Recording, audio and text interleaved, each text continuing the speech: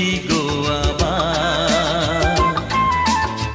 তোমার মতো এত অপরূপ সুন্দর কাউকে তো দেখিনি গো আর।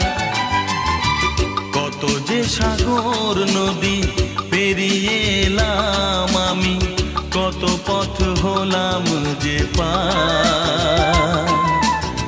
তোমার মতো এত অপরূপ সুন্দর কাউকে তো দেখিনি গো আর। প্রিয়তমা